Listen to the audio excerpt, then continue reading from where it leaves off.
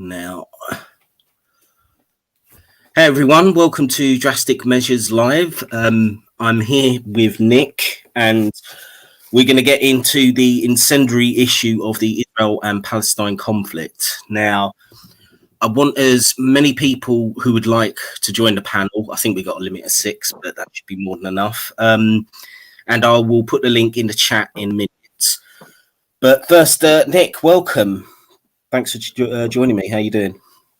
Doing great. I'm here to find as many holes in the narrative as I can, as my profile picture here would suggest. Yeah. Good. Right, I'm just to let the audience know I am ill at the moment, so if I suddenly start coughing or sneezing, I apologise. I'll try and cover it as much as I can. The link is in the chat now for anyone who wants to join. I find this as a common trend, Drastic, because I was sick last week when I was trying to do gin and tonic. You're sick now with this live stream. Allah doesn't seem to look like he can finish a job here. He can only do a halfway job of just making us sick. Yeah, it seems to be. Yeah, I mean, having said that, I mean, I don't know. Alan might like this chat because, as with everything with this conflict, you can pretty much take every point of Israel and Palestine and argue it about 5 different ways, which is partly why I wanted to do this live stream today. I mean, this is usually kind of channel, causing problems for your channel taking on this because you're going to annoy half of your audience no matter what. But like I was saying to Nick just before we got started, I think I've got more questions than I have actual answers on this conflict. So there was a number of points that I wanted to hopefully discuss today with anyone who's going to show up. So please, anyone in the chat, just click on the link there and you can join. You might have to copy. Oh, Drastics, you're having a little issue there. Your voice broke. All right. As Drastic comes back here. Hey, Drastic, are you still there? Or? All right. Just as he comes back, I think I can briefly just say, or at least for anyone else, I'm in the tech industry and I also do film. So to anyone who actually wants, I'm trying to go as evidence-based as I can based off the articles that we see, or at least I read. It and then put it out somewhere else. And somebody put a comment in the chat just to let me know I'm not talking to myself. Now you're working, but before you broke out for a bit. Okay, right. Well, hopefully everyone can. Hopefully everyone can still hear me. Sorry about the issues there. Right. Okay. Yes, we've got some people actually commenting. Good. Okay. Yeah. Right. So sorry about the technical issues. Usual thing for live stream. Anyway, so I'll tell you what. Well, Nick, I mean, why don't you start if you want to? If you just want to give your general impressions of what happened so far with the conflict and where you're coming at from this. I mean,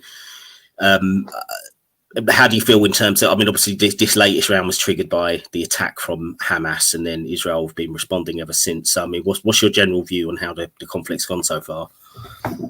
So I would basically say that there are 3 separate parties. It's not just Israel or Palestine or Israel and Hamas. I think there's 3 separate major groups that we would have to take into consideration here: Israel, Hamas, and PLO, the Palestinian Liberation Operation or whatnot. I believe is the full form. I forgot.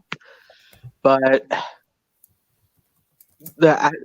when you see the distinction between are you pro Hamas or pro Israel or pro Palestine, pro Israel in a social media post, it's hard to distinguish what kind of position you're in, because I'd assume that an Israeli official and a PLO official are looking for a very peaceful 2-state negotiation.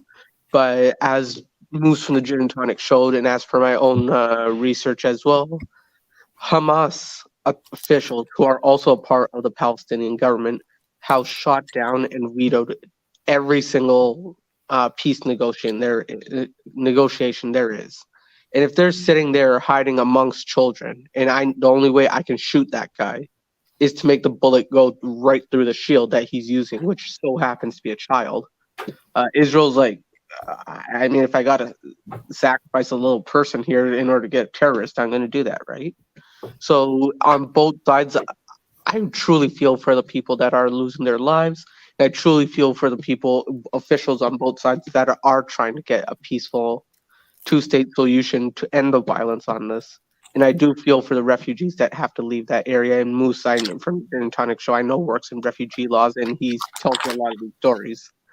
But at the end of the day, if the social media is trying to ask me to choose between a terrorist state or a apartheid state here, I don't think I'm fully qualified to be making that choice. There's people a whole lot smarter than me with a whole lot better credentials than me that are researching the conflict itself.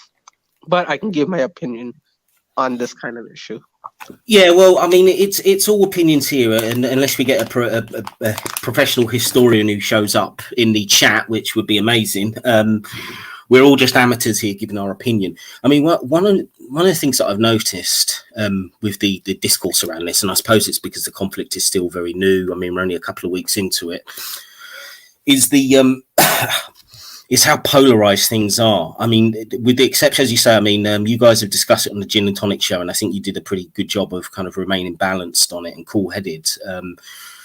But most people, they seem to be kind of in the extreme of one camp or the other. It's kind of like either Israel is this demonic state that it's just brutally oppressing anyone and everyone at all times that it can.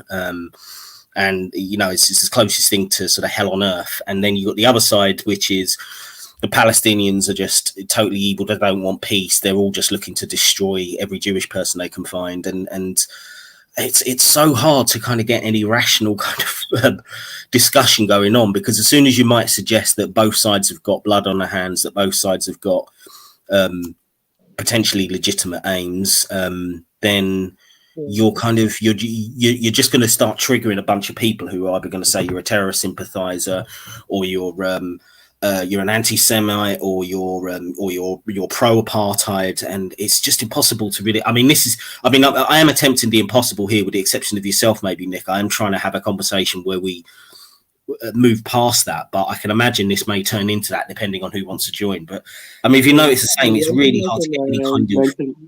One thing you just add there before we dwell further is we have to make two distinctions. If Palestine doesn't have an army of itself, so they need that physical representation. But if Israel doesn't exist, what will Hamas do to Jews in that area?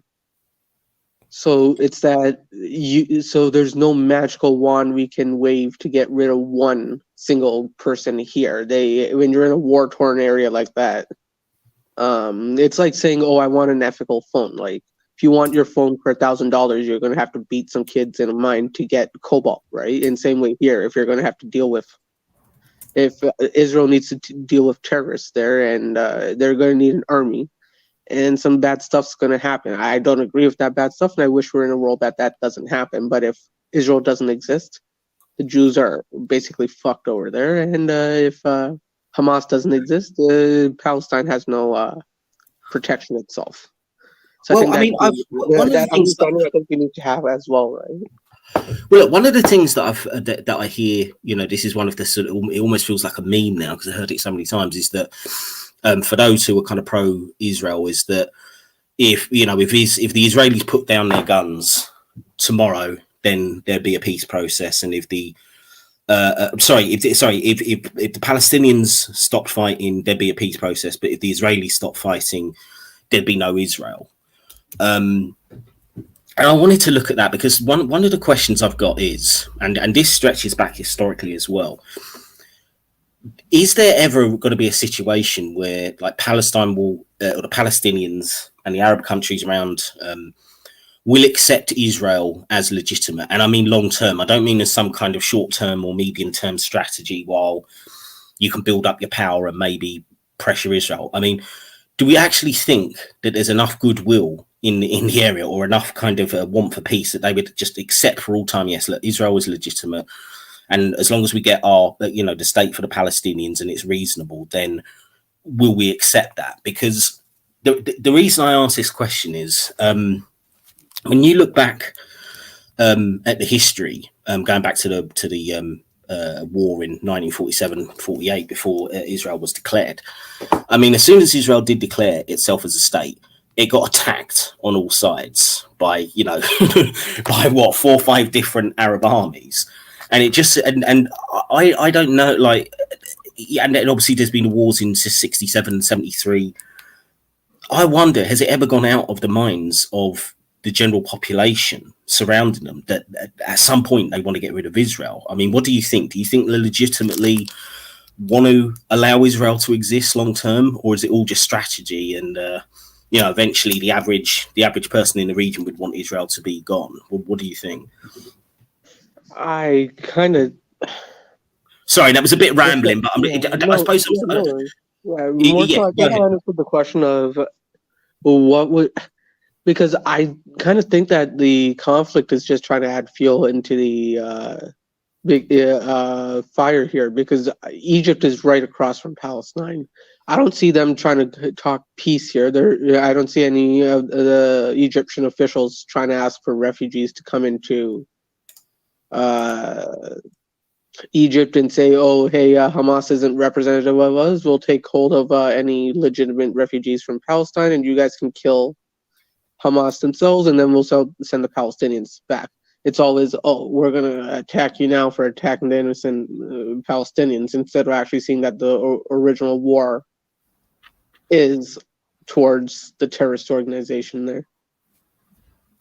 So I think there is something that those countries around do actually having some sort of issue with Israel itself.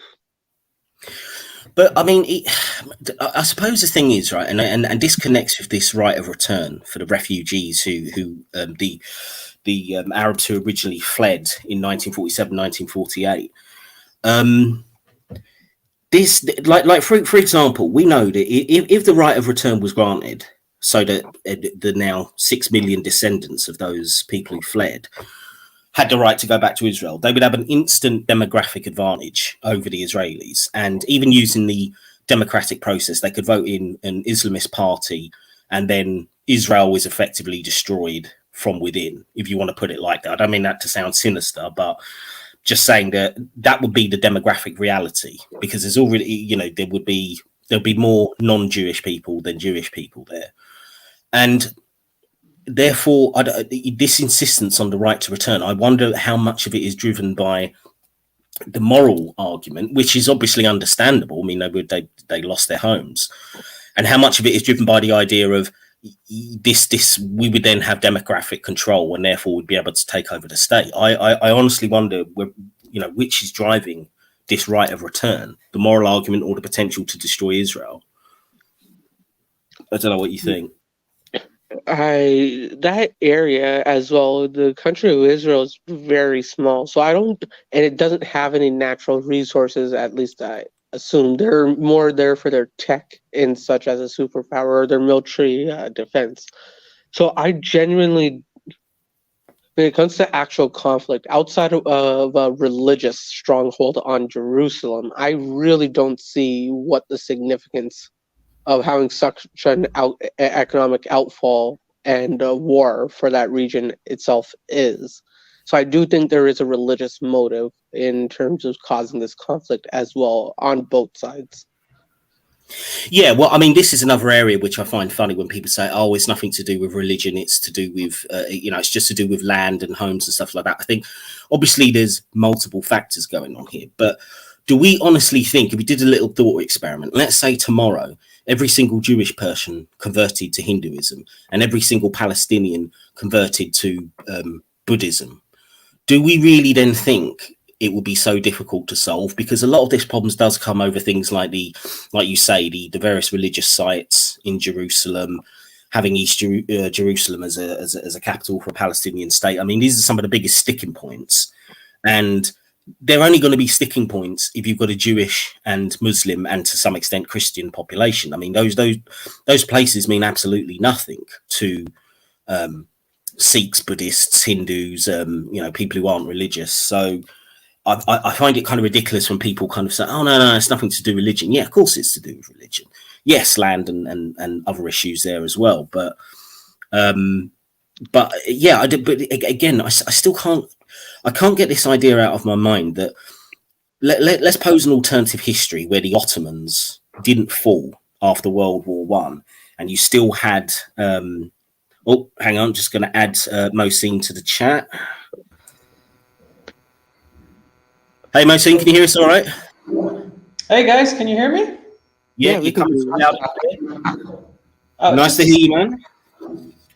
Yeah, let me just finish my thought anyway. So I was saying, let's pose an alternative history where the Ottomans were still in control of Palestine, and let's say that a similar thing happened. That say they wanted to plant a Turkish, settlers in the area, and they moved out the Arabs who were living there, and it was so essentially you had Turkish people become take over that area. Do we really think it would have been as much of a problem for the Palestinians? I'm not saying that they wouldn't have cared about losing their homes, but do we think we'd have this issue 70 years later of 6 million people living in various refugee camps demanding to get back if it was Turkish people that had settled there rather than Jewish people? Because my instinct is to say I don't think it would be half as much of a problem. Number one, because they would be a Muslim population controlling things. But number two, it wouldn't be Jewish people. I really can't help think that there's a strain of anti-Semitism that is behind this never giving up this right. We'd rather live in a refugee camp for 3 generations rather than move on. I don't know what you guys think, and welcome to Isan as well. Hi. Yeah, so what do you think of that thought experiment? Do you think if the Ottomans had settled Turkish people there instead of Jewish people, do you think we'd have the same kind of problems as we've got now? No. The whole issue is purely because there's Jewish people. You really. I mean, this is. I wouldn't say it's purely, from my perspective. I wouldn't say it's purely, but I do think that it's underestimated how much the fact that there does seem to be this thing of, we will never accept rule under the Jews kind of thing. Or it seems part of it. Let me rephrase. The germ of the issue is because they're Jewish, like the core, the seed, the roots. Yeah. What do you think, Isan? Yeah. So I've been listening, going by what you said earlier. I think there's one other factor that you haven't quite mentioned, and that is the other Arab states. I think there is some long-term goal here. They realize they can't defeat Israel militarily, so they're looking at this. They're looking at a demographics war. I think with the Palestinian population, trying to somehow increase their numbers there to to undermine Israel in that context. And I think that's behind the reason why they're refusing to take these Palestinians as refugees, because if you think what's best for these people is if they they can move to Egypt or Jordan or Saudi Arabia or somewhere else, and they can have Syria. much better, they can have much better lives than in those territories. They don't. Those countries don't want to take them because I think they see them as some sort of weapon in the future to undermine Israel that way.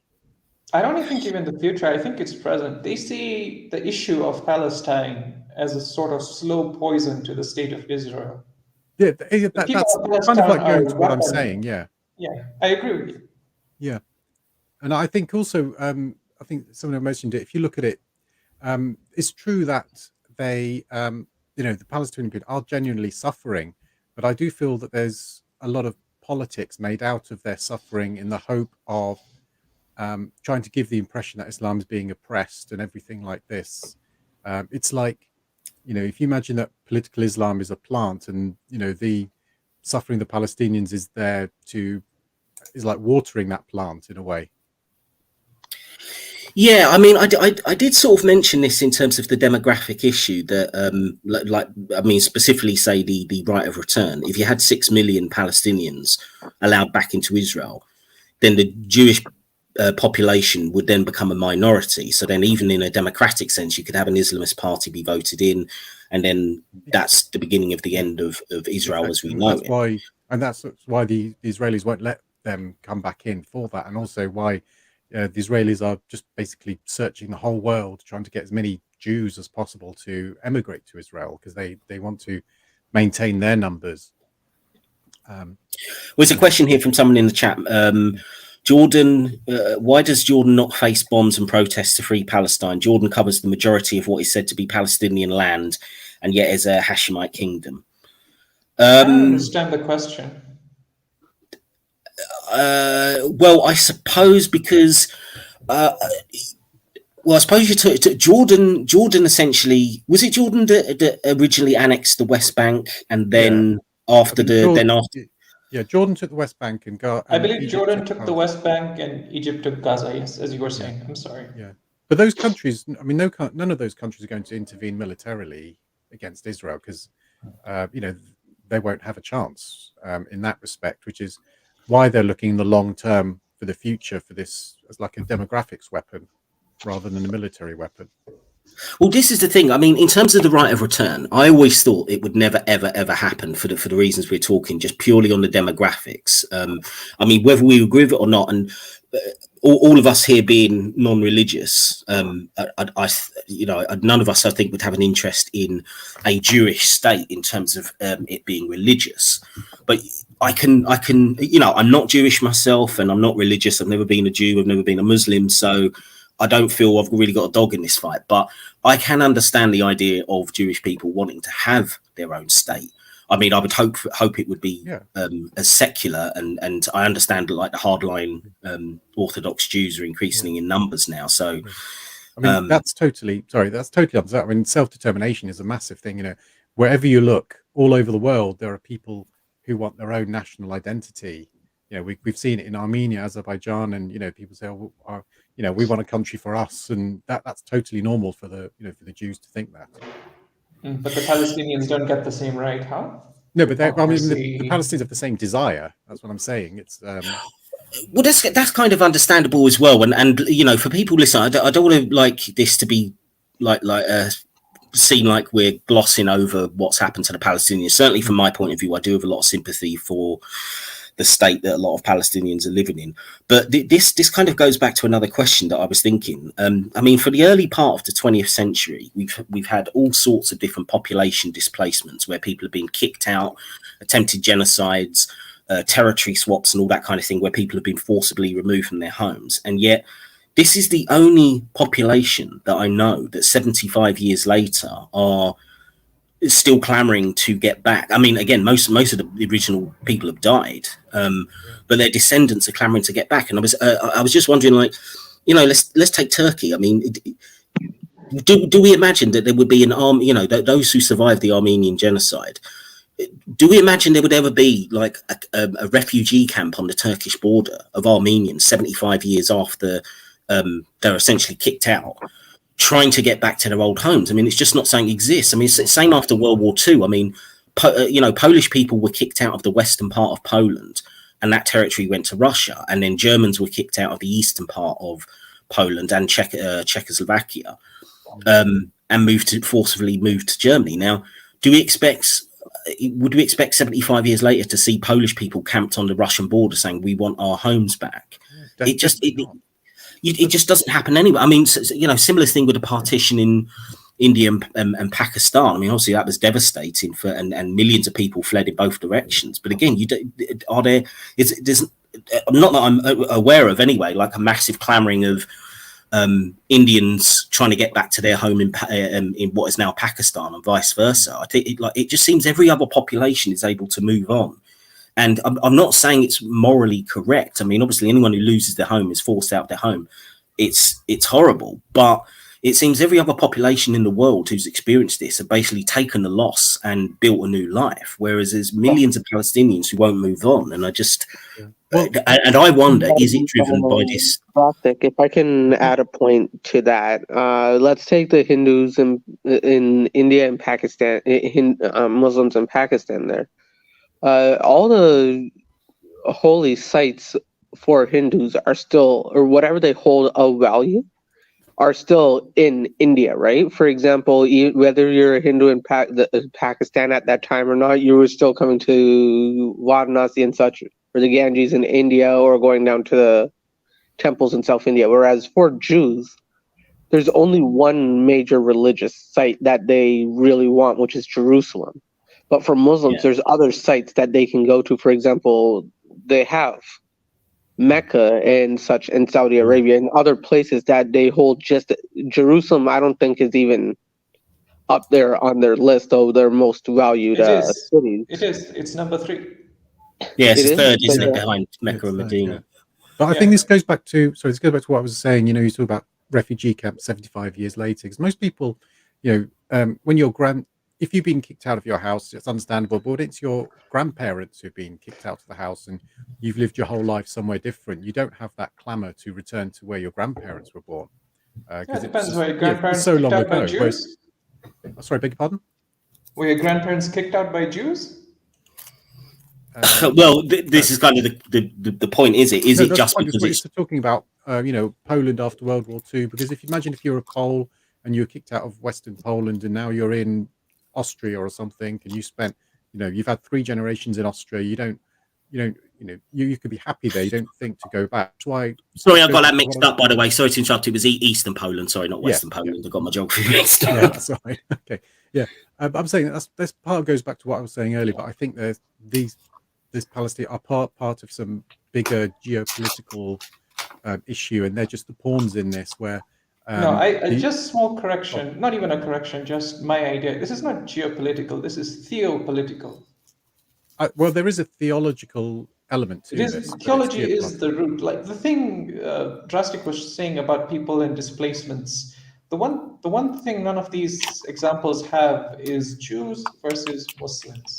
If you look at anything Hamas has ever put out in their doctrine, it's never geopolitical. Hamas doesn't talk about the people who got kicked out of their houses or stuff. They always talk about getting rid of the Jews as Muslims.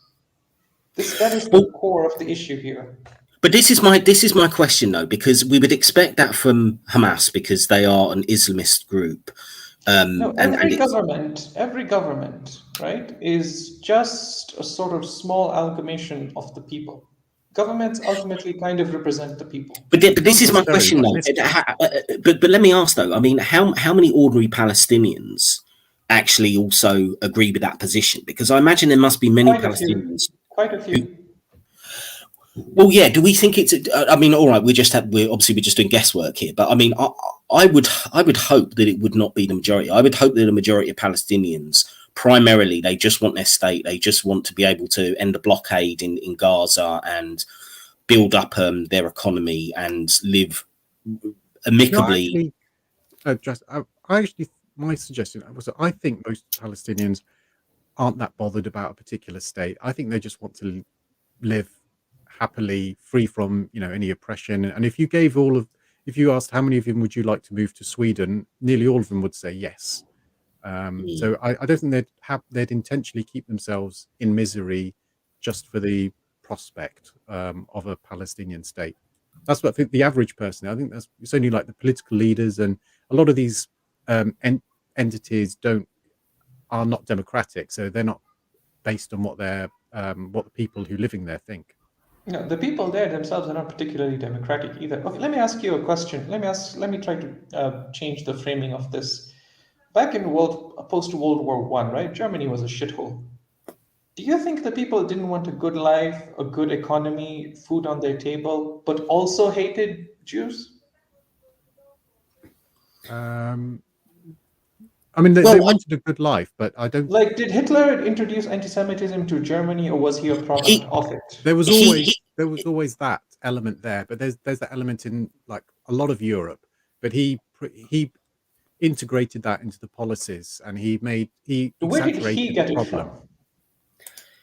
Well, there's always been like Hissam was saying, there's always been anti-Semitism. Well, in most countries, sadly, but if you look at Germany, before the Nazis came in, I mean, it was one of the most integrated countries in the world in terms of its Jewish population. I mean, there was high numbers of mixed marriages between Jews and non-Jews. There was, from what I've seen, most Jews considered themselves kind of German first. There was many World War I veterans from the Jewish population. I think there was a lot of pride in being German, I think, amongst the Jewish population. So I can't.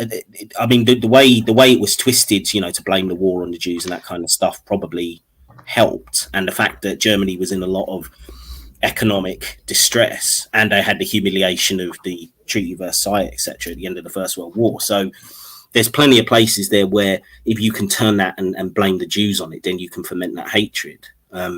Palestine is no different. You can hate Jews and also want food on your table and a good economy. They're not necessarily mutually exclusive. Yeah, I agree, but this is what worries me as well. I mean, thinking about the average population in the surrounding states to Israel, because as soon as Israel withdrew from Palestine, in terms of the settlers and the soldiers, they voted in Hamas. And again, in Egypt, as soon as after the Arab Spring, they voted in the Muslim Brotherhood.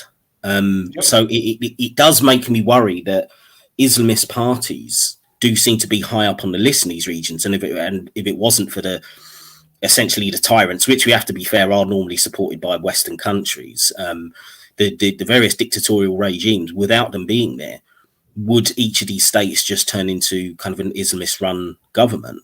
I do wonder if this is just there is this high desire amongst the general population to live. Really sorry, guys, I have to go.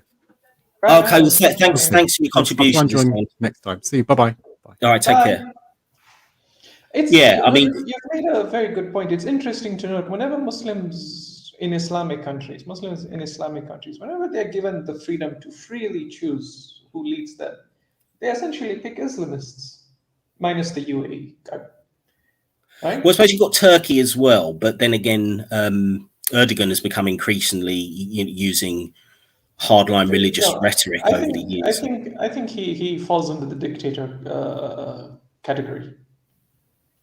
But you see, Muslims don't get to choose their governments, generally speaking. They end up with dictators through no free will of their own, roughly speaking. Yeah, and Westerners do have to take some responsibility, because the dictators are usually backed by countries like my own and like America and France, etc. So we do share a heavy burden of blame there.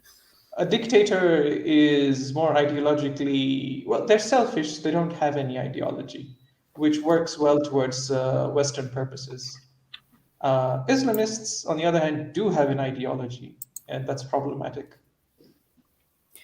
I mean, it says something about the Middle East that your choices are either a dictator or an Islamist.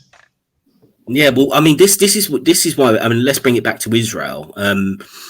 I mean, if you look at the history of peace negotiations, and certainly I think it was the Palestine papers that came out around 2000, and it did show from what I remembered that the United States and Israel were just pretty much scuppering a lot of the peace initiatives. So I do think that they bear some responsibility for that, because I think during the negotiations, the Palestinians were willing to give up quite a lot, and yet they were rebuffed at every chance. But I'm wondering, is it from the Israeli point of view, they just think, well, look, they may be paranoid, or maybe they're legitimate in thinking this.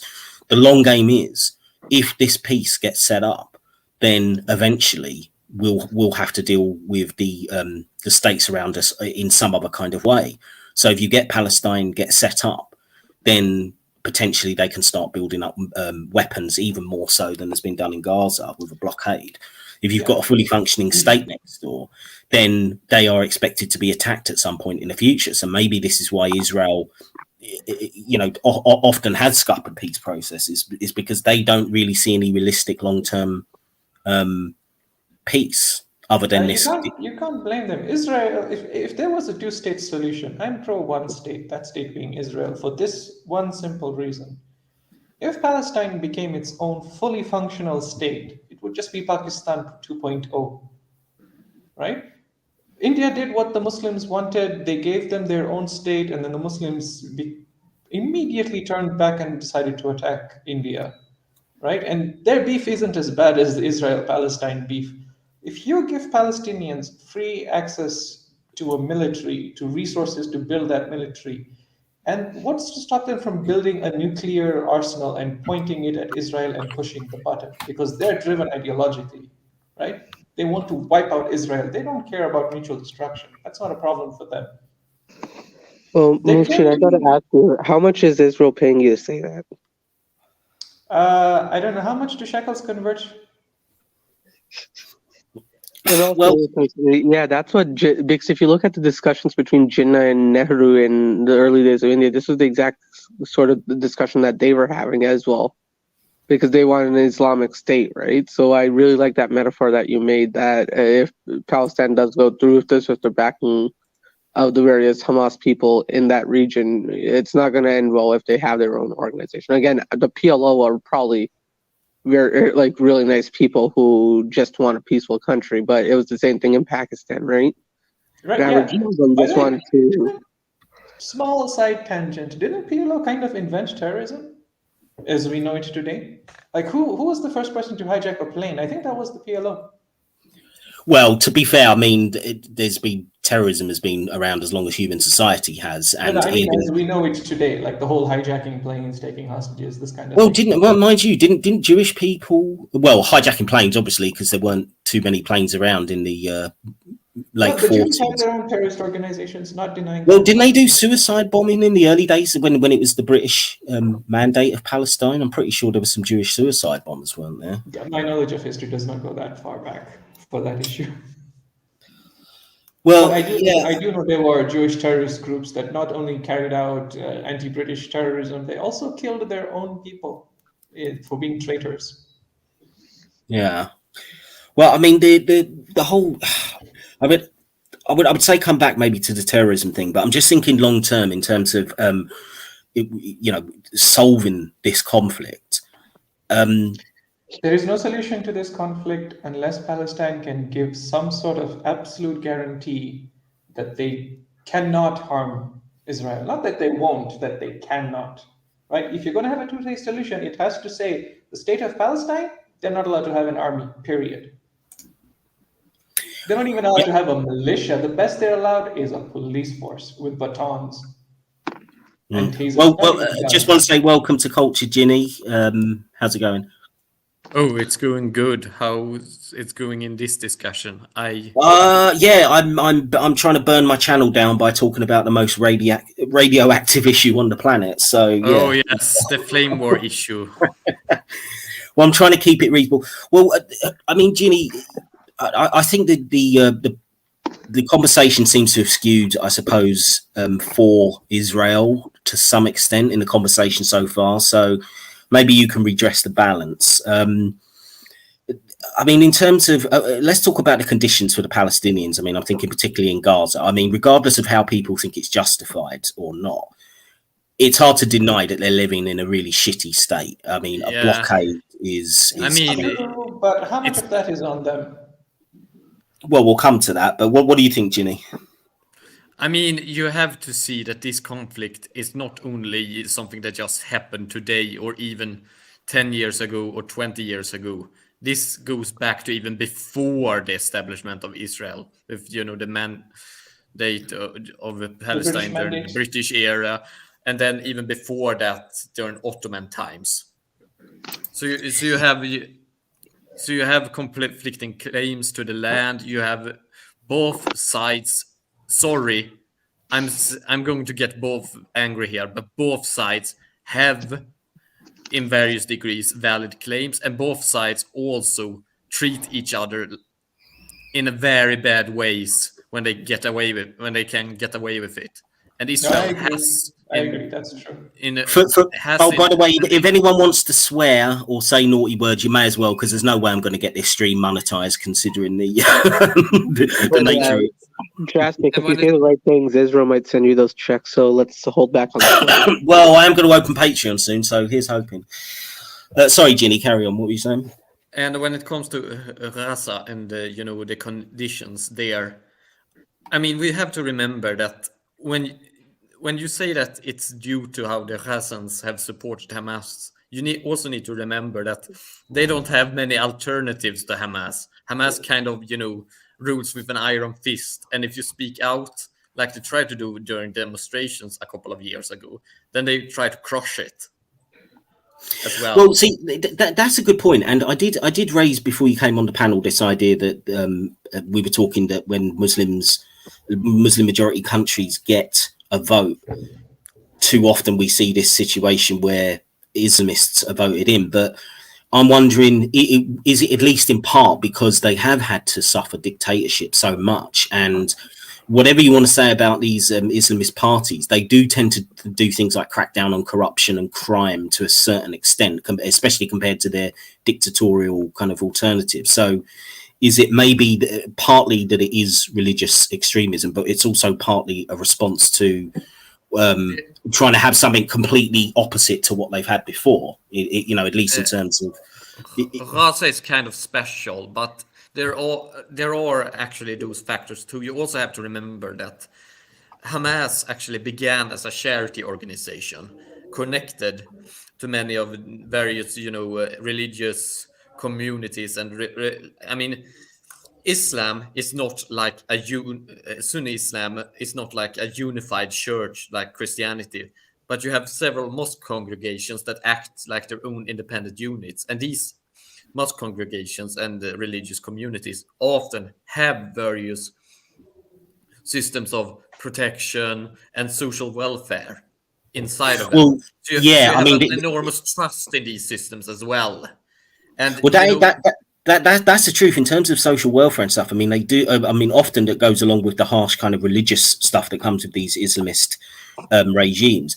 They do things like have provision to food and fuel and that kind of thing gets subsidized, so it does help out a lot of the poorest people. So if you're in the position of either struggling, starving under some dictator, or having a more comfortable life under an Islamist government, I can see why some people would vote for that. Yes, but this goes also further with Gaza is kind of special because the Palestinians have been under siege generally, so they have not had many resources except by taking recourse into these communal services that are provided by various religious organizations.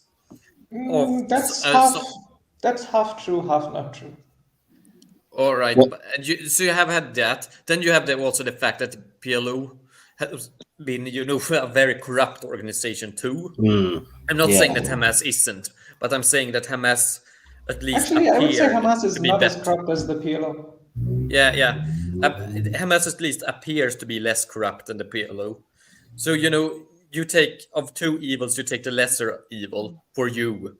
But then you also have the fact that you also have the fact that Hamas is also an extremely brutal organization that also cracks down upon any voices that are dissenting or raising, a kind of opposition to them, which means that you rather just be silent than actually raise your voice.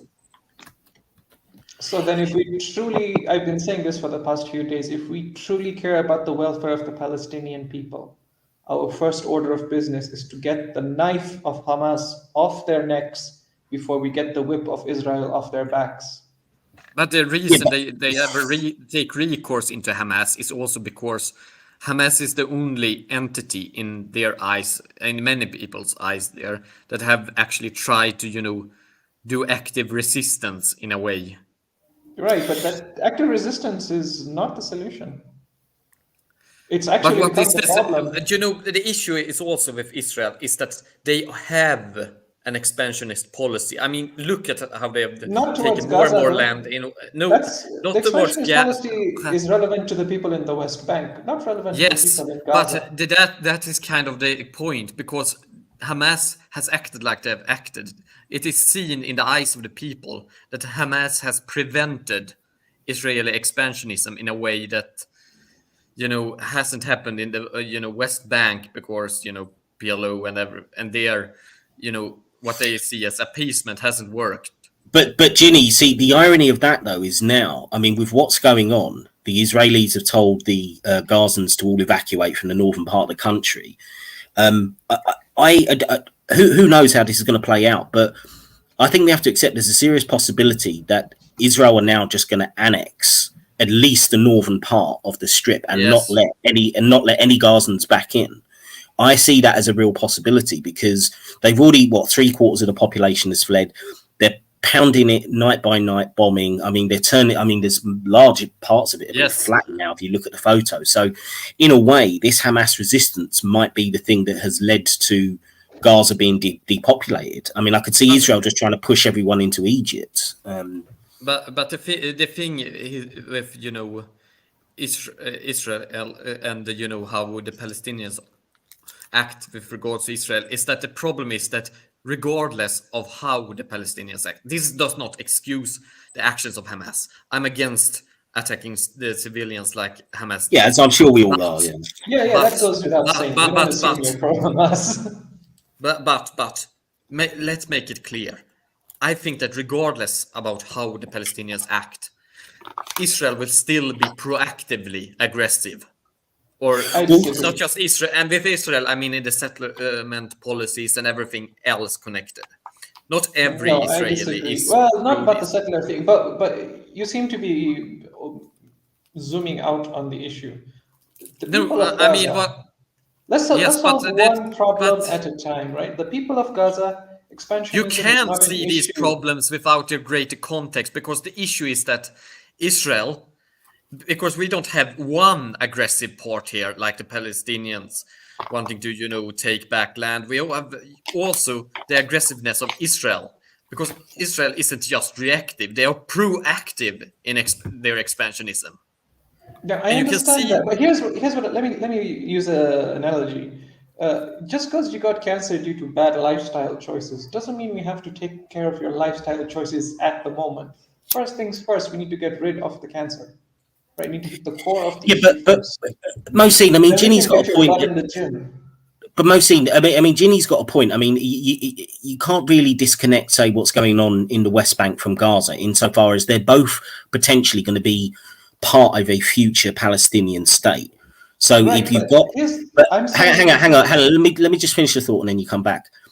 They are very aggressive, the settlers in the West Bank, because they've got the IDF backing them, and the abuse and bullying and stuff that goes on of the Palestinians has been well documented. So if the Gazans are not necessarily going to see that in isolation, because they're thinking, well, look, if this is how you're acting in another part of what will be our future state, how can we trust you? And I think it's a legitimate point. So what would you say to that? No, I agree. It is a legitimate point, but it is not concurrently relevant. Well, I think it is relevant because it's going on right now. It's relevant in an overall sense. It's not relevant at this exact moment. Yeah, but surely it scuppers any chance of peaceful negotiations in terms of what's going on in Gaza when the Palestinians is going to think, well, look, we're fucked either way because we can see what you're doing in the West Bank. And okay, you withdrew from Gaza, but I mean, let's look at real politics. I think we know why Israel withdrew from Gaza. It wasn't a humanitarian gesture.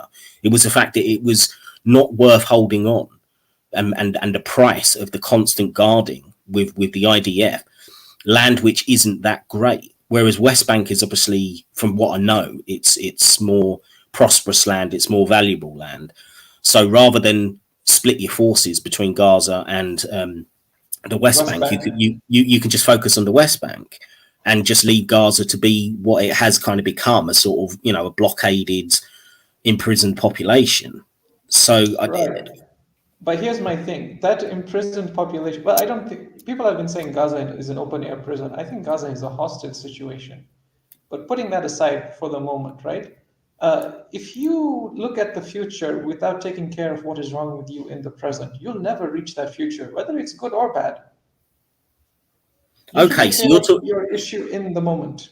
Okay, fair enough. All right, so we'll go back to what you said then. So the first thing is to root out Hamas, but I mean, the way to do that is essentially what Israel are now doing. They are probably going to bomb Gaza back to the Stone Age.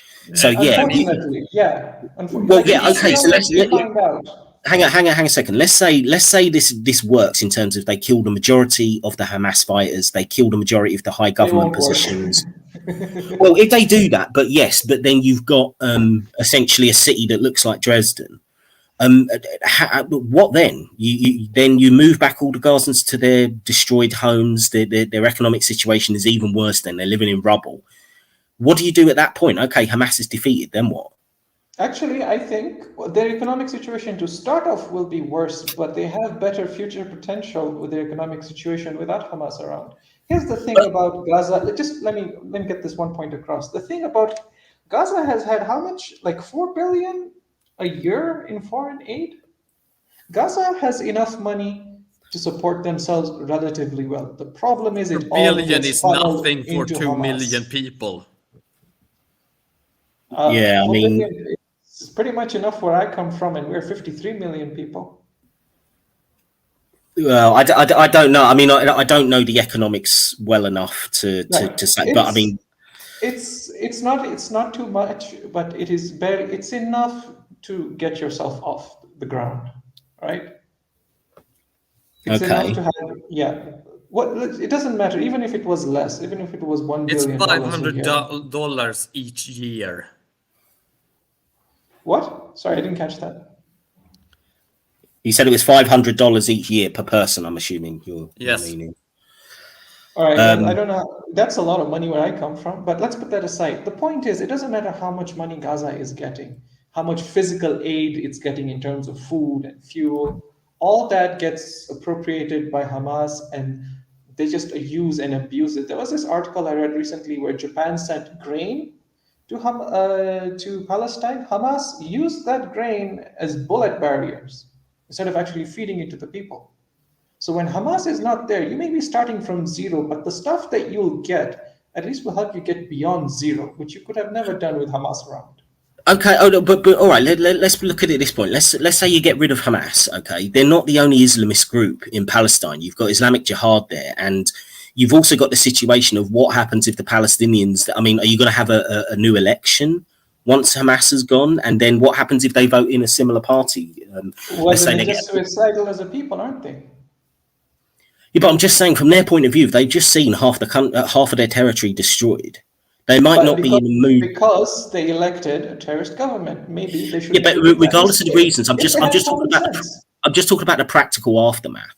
If you've just had half of the Gaza Strip just turn to rubble, and then you're told, right, go back to your homes, vote in a nice government who will negotiate with us.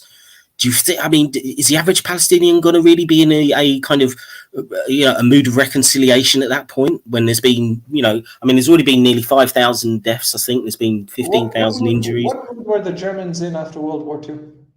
What happened with the Germans after World War One? Yep. Listen, once you hit the drain, you have to make the right decision regardless of your mood. If you make decisions based on your mood, you'll get screwed over in general. You have to keep a cool head. You have to think, what is objectively the best thing for me to do right now? And All do right, that. but let me ask a question. If we assume that Israel's main goal is just expansionism, to take as much territory, to push away Palestinians or get rid of Palestinians to just take territory. If we assume that, goal, what can the Palestinians do against that? I mean, do you want to assume that hypothetically? Because objectively, that's not true, right? Yeah. You say it's not objectively true, but look at the original How much manifesto of the code. territory has Israel given up in general? They've given up countries worth of territory. The Gaza Strip and the West Bank both were owned. Given up. They have by Israel. Look at the last last decades. They've just expanded. The only thing that they've given up was the Sinai Peninsula to Egypt. And the Golan Heights, to a degree. The Golan Heights, they're still on them. Kinda. Okay, but yeah. They are still on the Golan Heights, by the way. They haven't given them up. Okay, but let's talk about the expansionism in the West Bank then. Yeah, but the thing with, yes, they have constantly expanded and made new settlements, driven away Palestinians, murdered Palestinians, letting settlers, use violence and intimidation and murder to, expand and settle. When you look at it, and you also look at the rhetoric of certain Israeli politicians that right out of arguing for, displacement and genocide, and even argue to expand Israel beyond the current borders, even if you include Palestine. Some of them even go so far as saying that they should take over large parts of Syria and Jordan Okay, in but order then you take to raise greater Israel during the era of King David. I understand what you're saying, but then here's my question: are you taking a few nutbags at their word? I mean, in theory, Hamas is also just a few nutbags. No, Hamas are all nutbags. That's the difference. What did you say? Because you do know that Hamas isn't all the Palestinians in I Gaza, for agree, example. and the Israeli government is not all Israelis, and a few right-wing extremist politicians in the Israeli government is not the whole Israeli government. So that's my question: are you taking a few people in the Israeli government who are nuts at their word as representatives of the whole government? I'm taking the official manifesto and official statements from the Likud party, the party of Netanyahu, as kind of like Yeah. a statement of intent. And that they let politicians from that party constantly speak like this points towards their intention. Yeah, sure, and that's unfortunate. But let's just as an example, when Trump was in power and the right wing and Americans were just going nuts, we don't consider the representation of America or Americans, and we don't dismiss the Democratic Party and their counterweight to that whole narrative. So why do we not do the same with Israel? This isn't really comparable though, because the most crazy of those ideas weren't transformed into actual practical, It doesn't matter what the idea is; it just matters that there's a crazy idea and a less crazy idea. Yeah, but What let the me issue cut here in for, becomes who do let you me take cut in over for a the world? second though. Let me cut in for just 1 second, because I think this is interesting. I mean, we talked about a demographic situation with the surrounding Arab states and Palestinians' right of return. You do have another demographic issue within Israel in that it does seem to be getting more and more hardline religious. You're getting more and more people who are adopting the more aggressive stance that you're saying is just a bunch of nutbags. I mean, I agree. There's all sorts of different political opinions in Israel, but you do say, I mean, the hardcore religious types are having more kids than the secular types, and the public opinion is shifting more hardline. So what does that say about the future of this? Is what I've heard. I'm no expert on it. This is what I've heard. This is what I've read. I mean, isn't this at least partly the reason that they've had all these problems with the internal politics? There's been mass protests over what they're doing with the Supreme Court and other bits and pieces like that. It seems to be getting more hardline. Right, that's actually, I was going to bring that up. Those protests are against hardlining, right? The people who went to protest, did they want the Supreme Court to remain in power or out of power? I can't remember the exact. I don't know. Ginny, do you know the They situation? protested in order to hinder Netanyahu's coalition from taking power by preserving the Supreme So the Court's same people were independence. Yes. protesting. I don't Not the disagree. same people. You have various factions within Israel, but you had various factions also in the Weimar Republic during the in the in between periods between the world wars. But just because extremists are a minority of the total population does not mean that they can't have great power or they can't actually be the decisive element.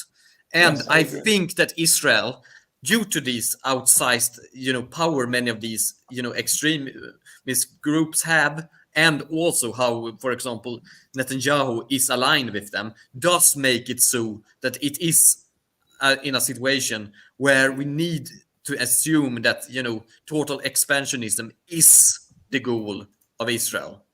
It might not be as extreme as taking Jordan, as certain people say, or the like, but considering that we see from the settlement policies, we see from constantly, expanding, of the settled areas, enlargement of the settled areas, and everything else we see, it does point towards the fact that there I wouldn't is. disagree with you. I agree with you. See, the thing is, I'm a supporter of Israel as a sort of secular state. It's the only real secular state in the Middle East. And this whole religious right-wing Jewish expansionism it's problematic from that perspective.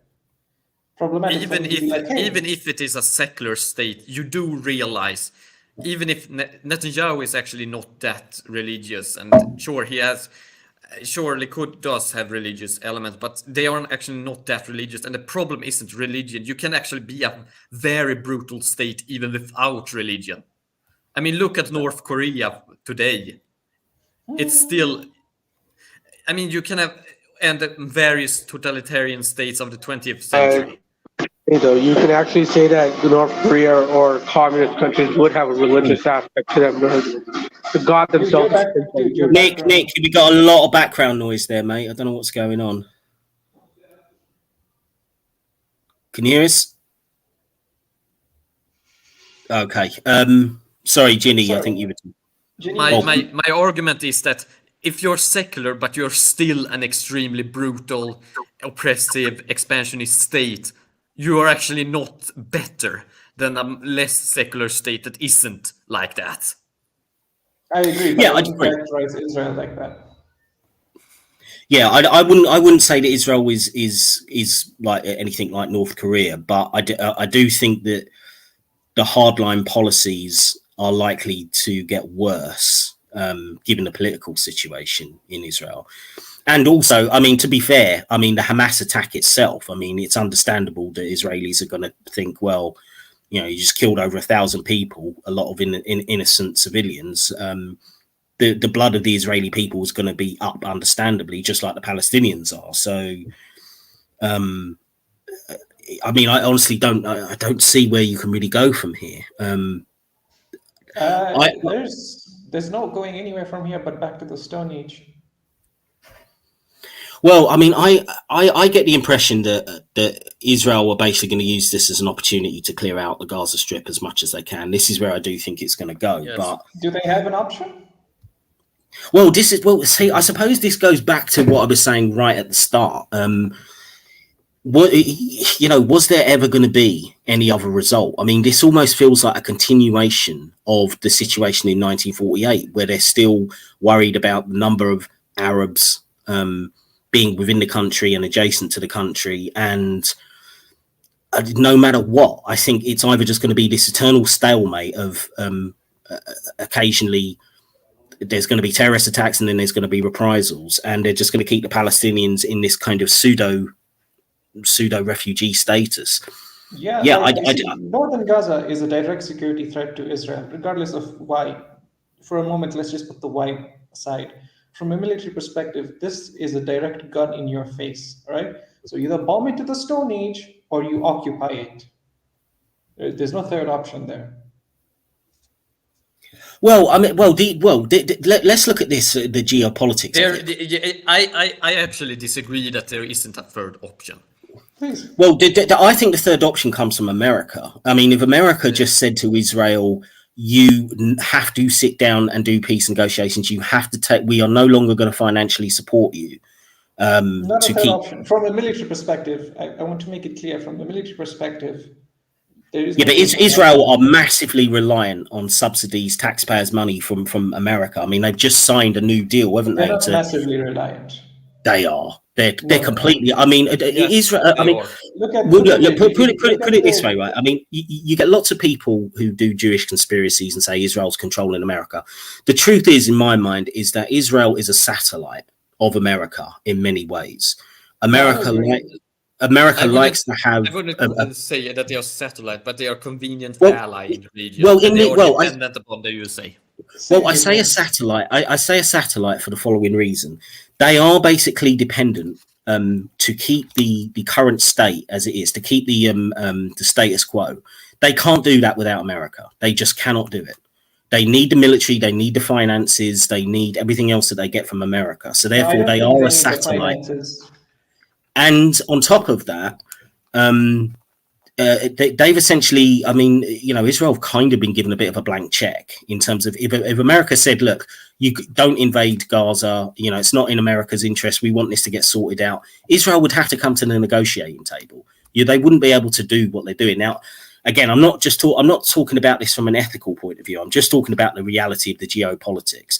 America America likes having Israel there because they've got joint intelligence operations. They sell them weapons. They've got it's a good outpost in the Middle East, a friendly country, etc. So it suits America's geopolitical means to have Israel, and they will pretty much tolerate most of what Israel's going to do. But if America withdraws its support, Israel would be in trouble. They would have to negotiate. And I mean, mostly you're saying that they don't rely that much financially. They've just had another multi-billion dollar deal of weapons. What do you think Israel's GDP is?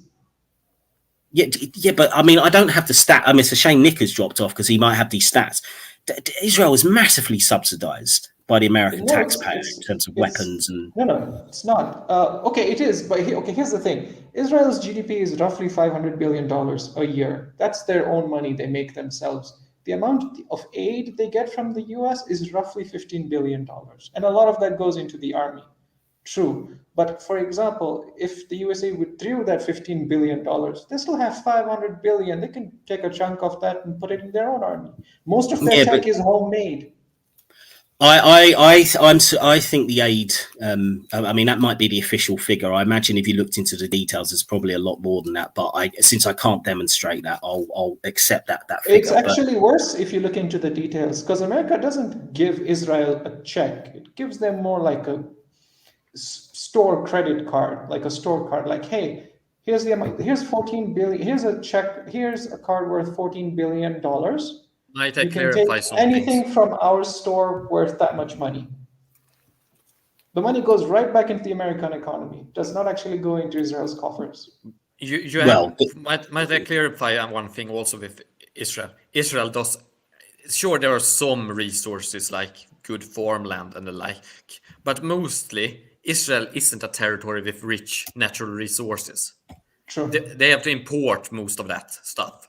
Mm-hmm. And that means that they are actually very dependent upon the outside. You also have the, thing with the problem here. Also, is that you mentioned drastic this alternative, which is an alternative that a third party, that is powerful goes in and more or less says that Israel, you need to stop expanding into the West Bank, withdraw from the territories that belong to the Palestinians and do this. And also the Palestinians, you need to stop doing this and just enforce the peace as a third party. That's one alternative. But a fourth alternative also that Israel could have done if they weren't expansionist and just wanted to actually have peace is that they actually could have sent, because I'm sure that Israel has a lot of spies, a lot of intelligence people inside of Gaza. They would be crazy to not have that. They could actually have done similarly to what Hamas does and do assassination campaigns and kill people more. Israel yes, they do, but they could. Yes, but they could do it much more than they do, rather than doing like this indiscriminate bombing and terror campaigns. Because if you do it more discreetly, you do not. It's not create this. You do not create it. It is pretty indiscriminate. Nope. I mean, it's pretty pinpoint. It's targeted. Bombing with white phosphorus. It's very pinpoint. Yeah, well, look, I would agree, Ginny. I mean, look, I think we could agree that assassinations would be more pinpoint than bombing a city block. They can, and I mean, they have shown when in certain areas, not during, especially against Hamas, but they showed it against the PLO in the 90s that they could do mass assassinations. So they have that as a tool. But they are choosing not to. There's a fundamental. I don't know if you're missing this or not, but from my perspective, there's a fundamental issue. Assassinations only occur when you don't have an active war zone. Otherwise, everyone would be doing them.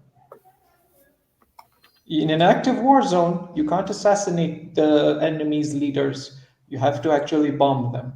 Yeah, but to be fair, it could have been. They could have done that instead of starting to bomb. I mean, okay, at this point, it may be true, but after the Hamas attack a couple of weeks ago, they could have done as Ginny said, just started an assassination. Why didn't the US kill Osama before 9/11? Why didn't they kill him post 9/11? Until they finally did. Intelligence is not as all-encompassing as we think it is. Yeah, but there is kind of like a difference because most of these people are kind of like much more open than, the thing with Osama was that he more or less went into total hiding. He wasn't an open leader. And plus, he had a large amount of territory to hide in. I mean, the Gaza Strip is pretty small. I know a lot of the Palestinian leadership. And you also have the fact that you could also do squeezes upon Qatar by using, the Americans and other allies to Israel, because Qatar do have hosted a lot of these people as well. So there are ways to get around this that would have been much more fine-tuned than just using the sledgehammer. But you use the sledgehammer because you actually want to drive people away.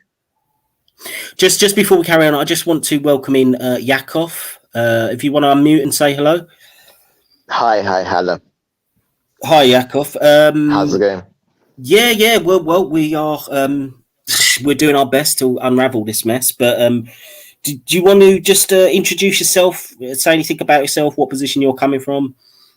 Yeah, no problem. My name's Yakov. I'm 22. I actually found your videos around 2 or 3 months ago, exposing some of the Dawa people. I subscribed because some of them were very decent. Okay. I'm 22. I'm Jewish. Yeah. I guess due to the Sepharot tree and the Sepharot tree from the Kabbalah tradition on yes face picture. Jenny, here's something I wanted to ask about assassinations. So, from a political perspective, you can't say you're suing for peace while you murder all the guys you're supposed to be negotiating with. That's a good point, to be fair. I mean, because this is the thing with Hamas, regardless of how people would label them, they are also the government. So if you just murder, you take out all the government in assassination, who are you then dealing with? I mean, the thing is, you assassinate them in order to send a message that you as a leader can't organize these sort of extreme. No, the message you end up sending is, we are not going to negotiate with you guys, period. Yeah, you can send. You can actually do assassinations together with statements like, "We are going to kill you one by one until these conditions are met." You can't negotiate then.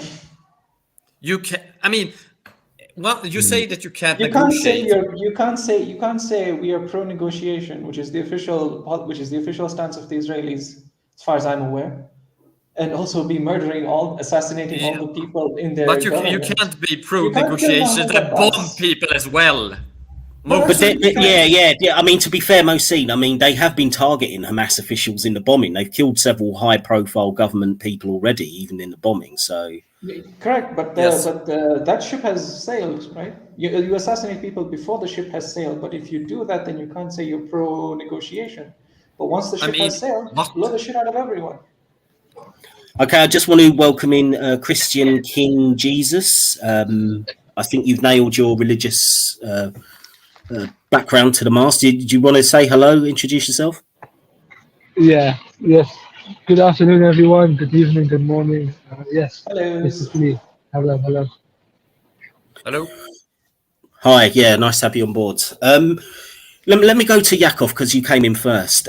So you're of a Jewish background. I mean, what do you think in terms of how things have gone since Hamas first struck? I mean, are you kind of for what Israel were doing in retaliation, or do you have reservations about it? How do you feel?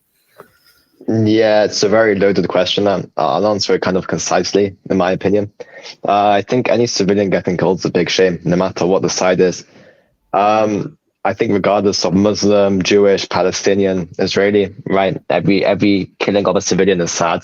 I say civilian, I don't say terrorist, by the way. Any terrorist getting killed, of course, is very good. Of course, this is an issue far deeper than the last, in my opinion, 2 weeks. I think there's a saying, everyone always has a reason to justify everything that they do. So I think no matter what, both sides are just going to justify what they do. I'd say the obstacle to peace, in my opinion, is of course Hamas. I wouldn't say it's Israel. I'm not saying Israel are perfect. I'm saying that even if you made the argument, right, that, for example, that Hamas do kill innocent Gazans, right? At the end of the day, Hamas kill both Gazans and Jews. So they want to kill both sides. They want to exterminate both sides. One can make the argument that Israel just want to exterminate one side. End of the day, the biggest obstacle to peace, in my opinion, is Hamas, and that needs to be wiped off the earth in order for peace to can like go ahead ever. But again, let's assume that happens. Let's assume that the Israel bombardment takes out most of Hamas. What would you see as the next step then? No one, whatever step that would happen, no one would be happy with. That's the issue. And I understand that. There's never going to be a solution to this. It's not like most conflicts, which are 10, 20 years old. This isn't like the people today versus the Palestinians. This is a conflict that's like your great-great-grandfathers versus my great-great-grandfathers. That's what this conflict is. No one's going to essentially like be like, oh yeah, I'm fine with this new outcome. It's still going to be good. No one's going to accept whatever solution happens. I don't see any way for there to be any peace, to be really honest with you. It's just my honest opinion. If somebody being negative, it's just my honest opinion. No, that's fine. Look, all opinions welcome here. I mean, this is why I wanted to have the chat, and I knew it was going to be lively. Christian King Jesus, do you want to chime in and give us your views on what's going on? Yeah, about my dear friend Yaakov has pretty much said what I was going to say. So there's not really much I can add to what Yaakov has said. But what I will say is that they all need to believe in Jesus, and if Jews and Muslims both believe in Jesus, they'll all have peace. So the goal is in Muhammad, we'd also all have peace. No, but Muhammad is a shaitan. Yeah, well, look, I appreciate what you're saying, but this isn't really a platform for kind of doing religious preaching. So no. Okay, that's fine. But yeah, so that's my 2 cents on this matter. That both sides should believe in Jesus, and as Jesus said, He is the way and He is peace. So okay. Well, look, I mean, Yaakov, I wanted to go. Oh, sorry, Yaakov, I wanted to ask you something, and it goes back to the issue of anti-Semitism. So obviously, you're Jewish. So do you feel that the fact that Israel is majority Jewish, do you think if it was any other kind of religious background of the people who are in Israel, that the Palestinians would have less of a problem with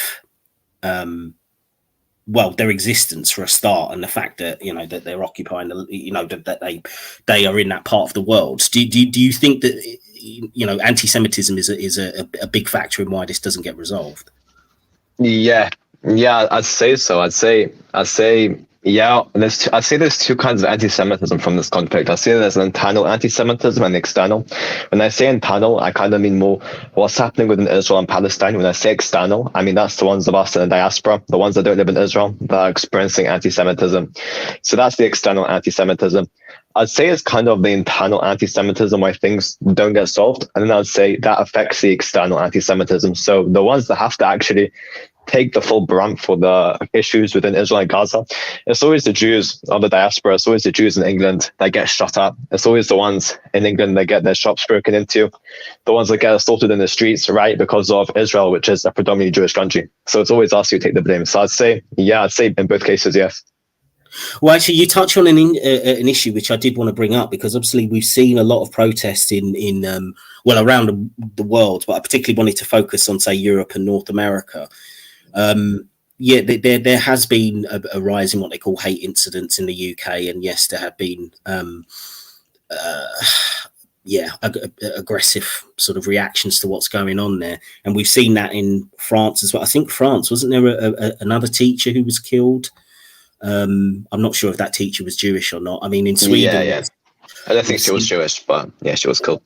Yeah, and then in Sweden there was a couple of guys who were killed. Although no, they weren't killed in Sweden. Sorry, in Belgium. Two Swedes in Belgium. Yeah, but they were killed because they were Swedish. But that was connected to the Quran burnings and had nothing to do with these. Oh, okay. Oh, right. Has that been confirmed then? That was to do with Quran burnings? Yes, because he says that in a video he released both before and after. Okay. All right, fair enough. But it speaks. He makes this rant in Arabic about it. So yes. Okay, fair enough. I mean, it does speak to a larger issue, though. I mean, this and anytime there's a flare up in Israel and Palestine, you feel the reverberations of it in particularly in Europe. I mean, I remember a couple of years ago, 2021, I think there was an upshot in violence, and in the UK you had there was like a Palestinian convoy that were going past Jewish areas.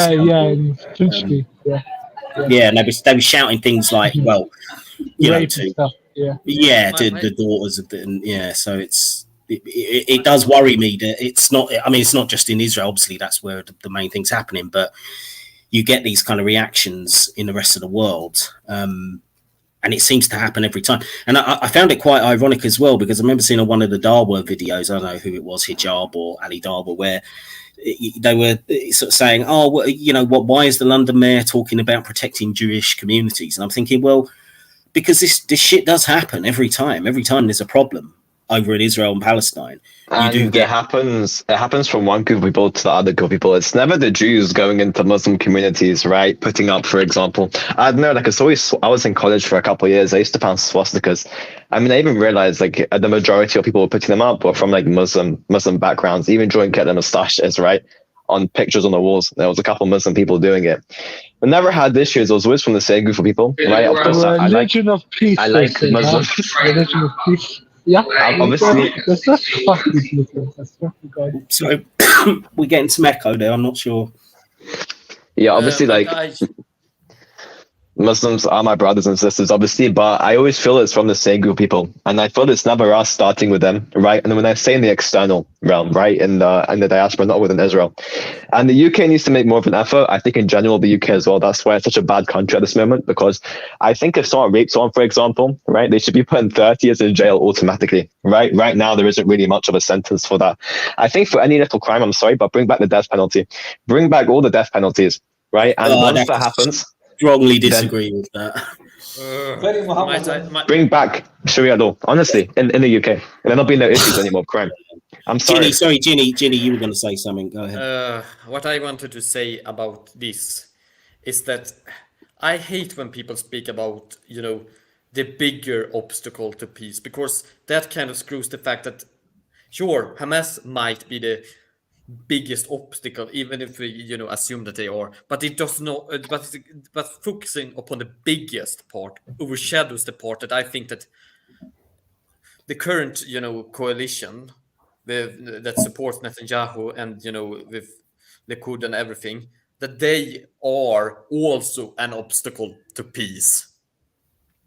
Just because one part is an obstacle does not mean that the other one isn't.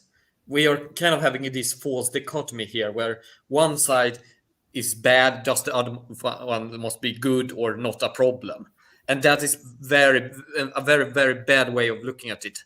I'm respectful for also regarding Jacob's statement about anti-Semitism outside of this conflict and also in this conflict. I do think that there is large elements of anti-Semitism that does fuel this conflict from the Arab side. I do admit that.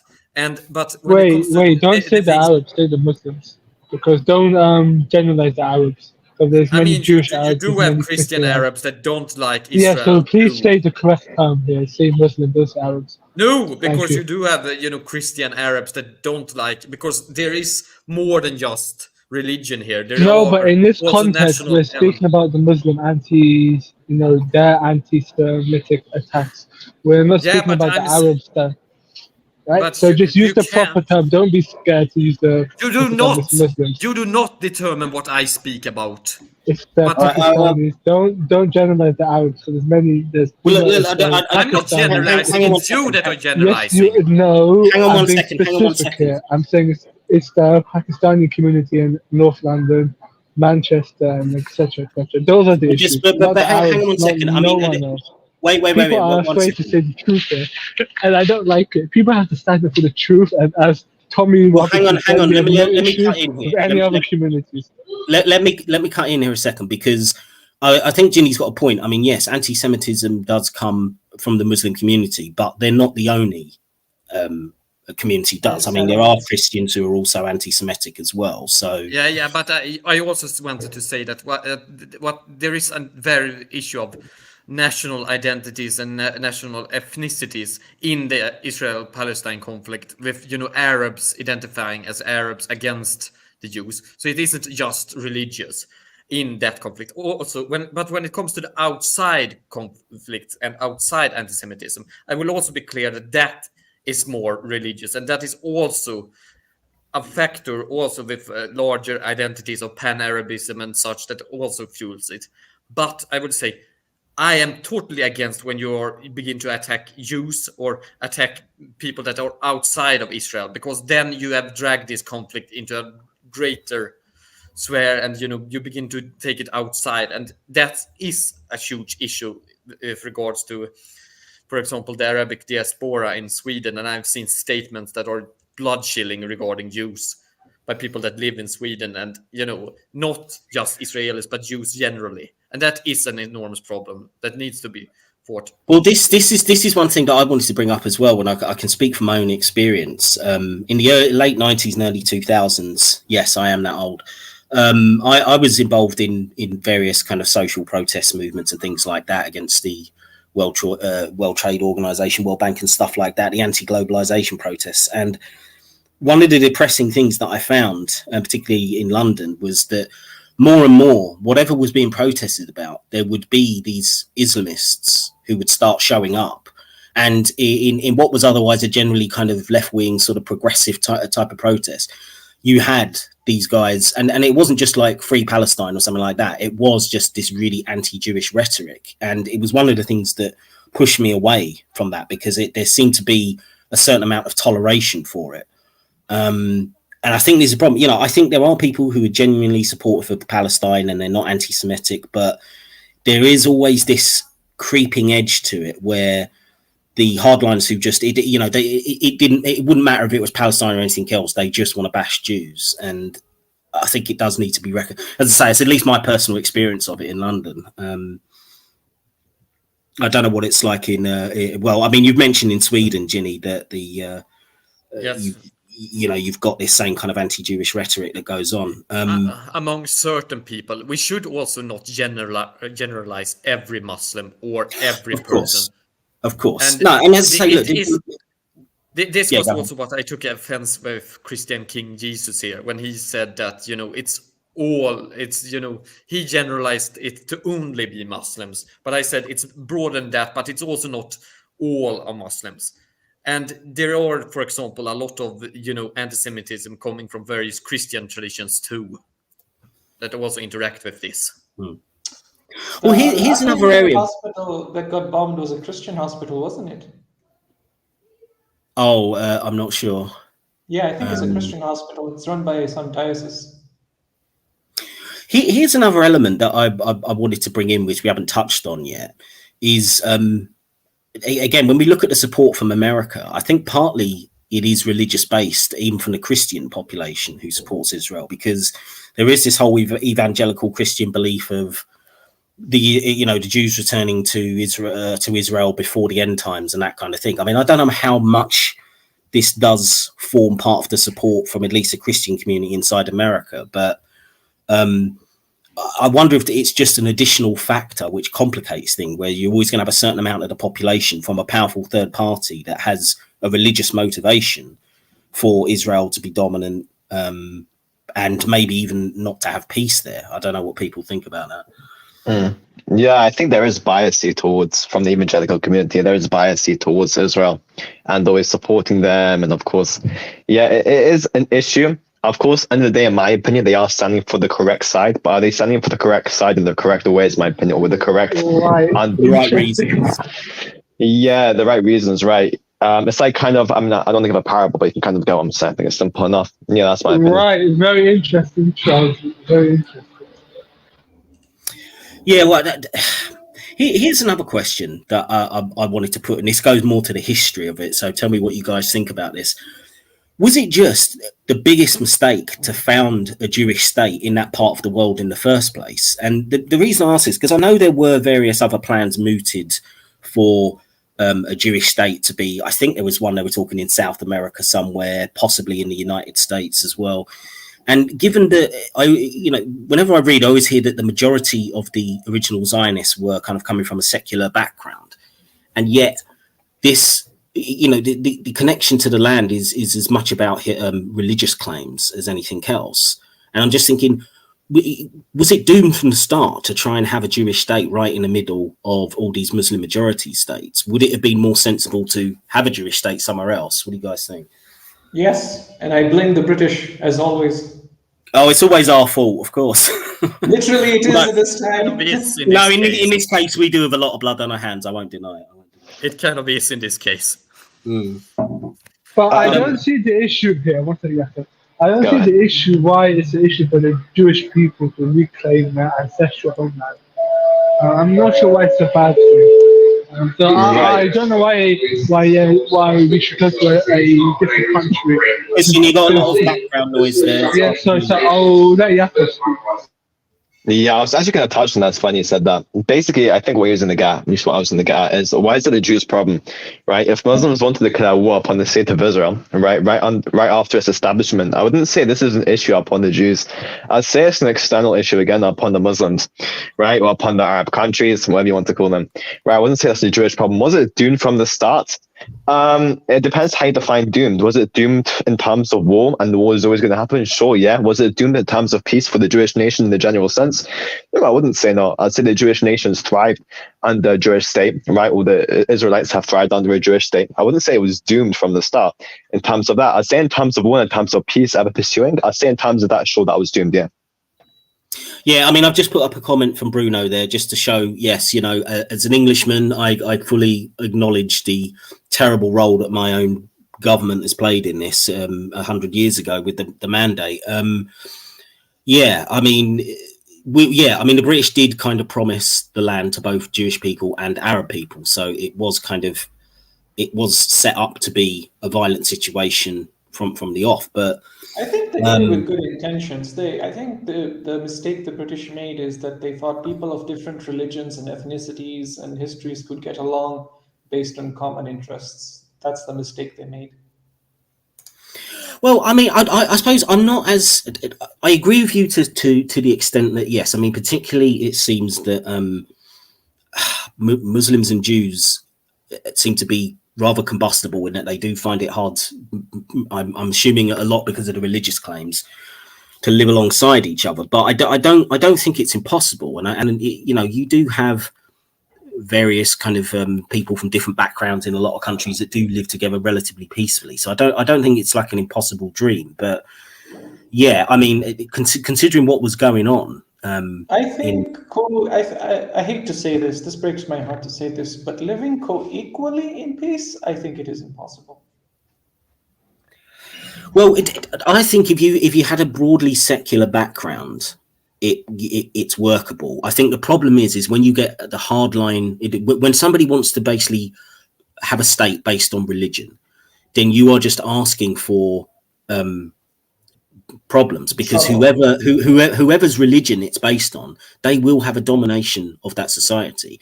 And I think particularly with Islam, I mean, if Islam becomes based on Sharia, then everybody else is fucked.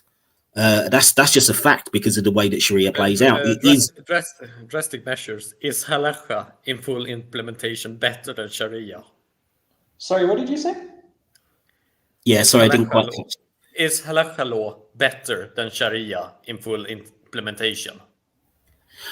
No, I'm not saying it is. As I say, I'd say any kind of anything that's based on purely religious law is going to cause problems. But I think particularly, I mean, I don't know sorry, I can't even pronounce it. You're talking about the Jewish law, aren't you? Yes, Jewish Sharia. Let's just say call it Jewish Sharia. Yeah, so I'm difficult with the pronunciation of that word, but it's I don't know the details. I assume that a lot of it is probably like Islamic law, but I could be wrong. It's pretty similar in most regards, yes, especially when you go to the full implementation, how it was in the medieval age.